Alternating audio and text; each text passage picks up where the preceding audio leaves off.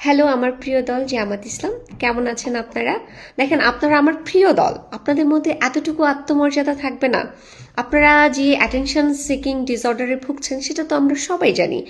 তাই বলে কি নিজেদেরকে এতটা ঘৃণিত এবং নিকৃষ্ট প্রমাণ করতে হবে? বিশ্বময় যা কিছুই করছে আপনারা বিএনপিকে আঙুল দিচ্ছেন, বিএনপিকে দোষারোপ করছেন। খামেনি মারা গেল কেন? তারেক রহমান জবাব চাই। বিশ্বযুদ্ধ লাগলো কেন? বিএনপির বিরুদ্ধে ডাইরেক্ট অ্যাকশন। কেন এসব করছেন? আপনাদের যে নিজস্ব কোনো যোগ্যতা নাই, আপনারা যে নিজের আলোয় জ্বলতে পারেন না, সেটারই কি প্রমাণ দিচ্ছেন?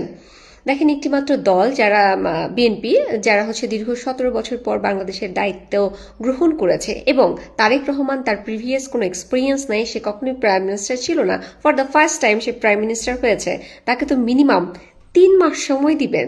তারা কোনো ভুলভাল কিছু করছে না, যা কিছুই হচ্ছে আপনারা সমস্ত কিছুর এগেনস্টে গিয়ে দাঁড়িয়ে যাচ্ছেন এবং কথা বলছেন।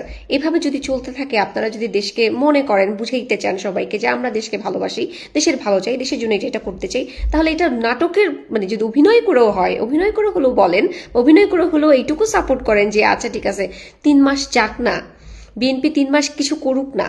এখন পর্যন্ত তো কিছুই করে নাই, কোনো কিছুই হয় নাই। তার মধ্যে বিএনপির দিকে আপনারা আঙুল তুলছেন, বিএনপির বিরুদ্ধে অ্যাকশন করছেন, যা কিছুই হচ্ছে সমস্ত কিছুর জন্য আপনারা বিএনপিকে দোষারোপ করছেন।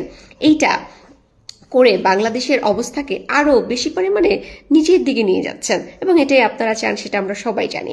জামাত ইসলাম অ্যাটেনশন ডিসঅর্ডারে ভোগে, তারা অ্যাটেনশন সিকার ডিসঅর্ডারে ভোগে, এবং তাদের কোনো আত্মমর্যাদা নেই, সেটা আবারও রিপিটের পর রিপিট তার প্রমাণ করছে, which is very disgusting for you, right? So আপনারাই এই জায়গা থেকে বের হয়ে আসেন এবং বাংলাদেশের মধ্যে একটা শান্তিপূর্ণ সমাজ ব্যবস্থার দিকে এগিয়ে যেতে সাহায্য করুন, অ্যাটলিস্ট, অথবা পাশে থাকুন।